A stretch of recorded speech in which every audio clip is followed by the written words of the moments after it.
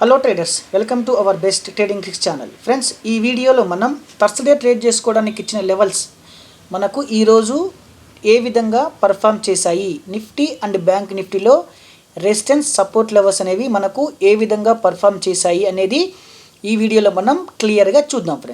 Friends ఒక చిన్న announcement ఏంటంటే, price action technical analysis course third batch registrations తీసుకుంటున్నాము. ఇంకెవరైనా కోర్సులో జాయిన్ అయ్యి నేర్చుకోవాలనుకుంటే మన వీడియోలో డిస్ప్లే అవుతున్న వాట్సాప్ నెంబర్కి మీరు హాయ్ అని పంపిస్తే కోర్సుకు సంబంధించిన డీటెయిల్స్, ఫీజు డీటెయిల్స్ మొత్తం మీకు ఆటోమేటిక్గా వస్తుంది.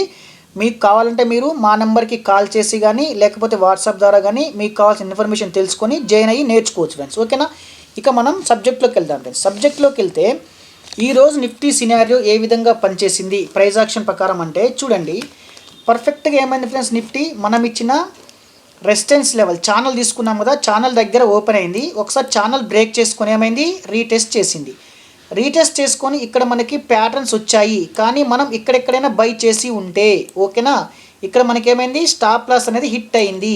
నిఫ్టీలో స్టాప్ లాస్ అనేది హిట్ అయింది. నిఫ్టీలో ఏమైంది బెస్ట్, స్టాప్ లాస్ అనేది హిట్ అయింది అనుకుందాం. Okay, no problem, stop loss అనేది హిట్ అయింది.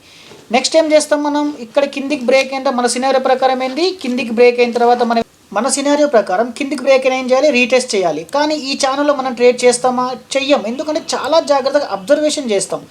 ఏమైంది, ఈ ఛానల్లోనే మార్కెట్ ఉన్నప్పుడు, ఎందుకంటే రేంజ్ కొద్దినే ఉంది కదా, 245 రూపీస్ రేంజ్లో నిఫ్టీలో చేయడం అంటే సపోర్ట్ రెసిస్టెన్స్ చాలా జాగ్రత్తగా ట్రేడ్ అనేది చేయాల్సి ఉంటుంది ఫ్రెండ్స్. ఏమైంది చూసారా, ఛానల్లోనే ఉంది. తర్వాత మళ్ళీ ఏమైంది, ఛానల్ బ్రేక్ అయింది, మళ్ళీ రీటెస్ట్కి వచ్చింది, కానీ ఎలాంటి ప్యాటర్న్ చేయలేదు. మళ్ళీ ఏమైంది, మళ్ళీ కిందికి బ్రేక్ అయింది. మళ్ళీ ఇక్కడ నుంచి ఈ ఛానల్లోనే మార్కెట్ ఉన్నప్పుడు మనం ఎప్పుడు కూడా ట్రేడ్ అనేది అవాయిడ్ చేయాలి. అంటే ఒకవేళ మీరు ట్రేడ్ చేసి ఉంటే ఇక్కడ పర్ఫెక్ట్గా వచ్చింది, స్టాప్ లాస్ హిట్ అయింది, ఓకే. సెకండ్ టైం ట్రేడ్ చేయాలన్నప్పుడు ఛానల్ ఇప్పుడు ఇక్కడ బ్రేక్ అయింది చూడ, ఇక్కడ బ్రేక్ అయ్యి ఇక్కడ రీటెస్ట్ వచ్చినప్పుడు ఇక్కడ నుంచి మనం సెల్ తీసుకోవచ్చు. ఎందుకంటే ఇక్కడ మనకు ఉంది సపోర్ట్ అనేది, కొంచెం మనకు 200 పాయింట్స్ లేకపోతే 150 పాయింట్స్ అనేది మనకు ఉంది, అప్పుడు చేయొచ్చు. కానీ ఈ 45 పాయింట్స్లో సపోర్ట్ రెసిస్టెన్స్ చేయలేము.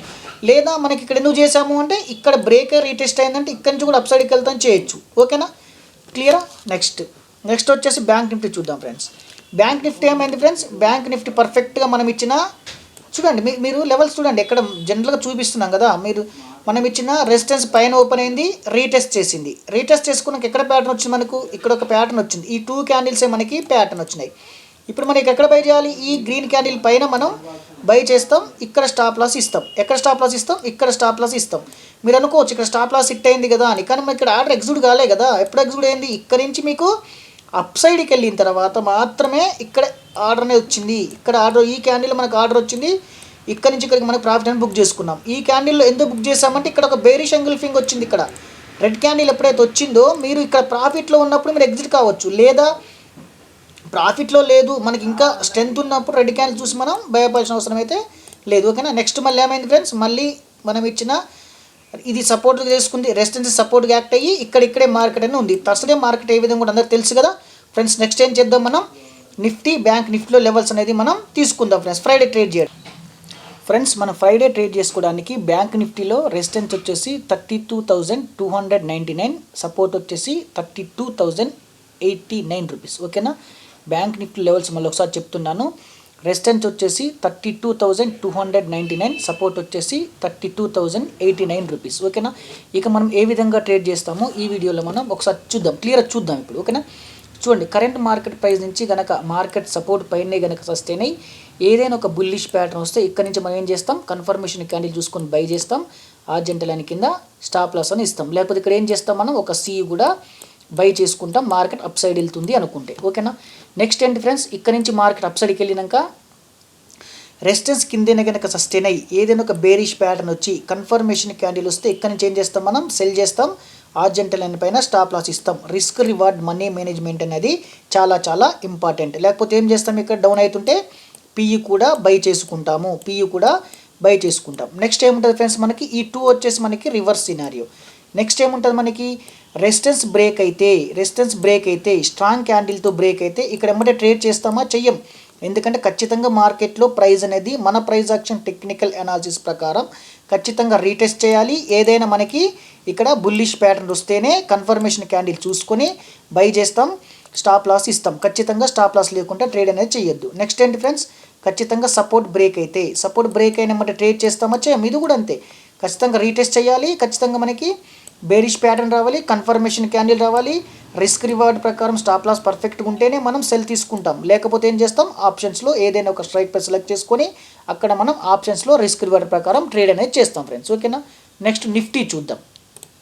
నిఫ్టీ ఫ్రెండ్స్, నిఫ్టీలో రెసిస్టెన్స్ వచ్చేసి 14,259, సపోర్ట్ వచ్చేసి 14,175 రూపీస్. నెక్స్ట్ రెసిస్టెన్స్లో నిఫ్టీలో రెసిస్టెన్స్ 14,259, సపోర్ట్ వచ్చేసి 14,175 రూపీస్. ఫ్రెండ్స్ ఇది కూడా ఏంటి, మనకి చూడండి కరెంట్ మార్కెట్ ప్రైస్ నుంచి సపోర్ట్ దగ్గరికి నిఫ్టీ వచ్చి పైనే సస్టైన్ అయ్యి ఏదైనా ఒక బుల్లిష్ ప్యాటర్న్, అంటే ఇక్కడ తెలుసు కదా బుల్లిష్ ప్యాటర్న్స్ అనేవి, క్యాండిల్స్టిక్ బుల్లిష్ ప్యాటర్న్స్ నేర్చుకొని మీరు ట్రేడ్ అనేది చేసుకుంటే ఇంకా సింపుల్గా బాగుంటుంది. ఓకేనా. ఇక్కడి నుంచి మనం బై చేస్తాం, ఆర్జెంటల్ లైన్ కింద స్టాప్ లాస్ ఇస్తాం.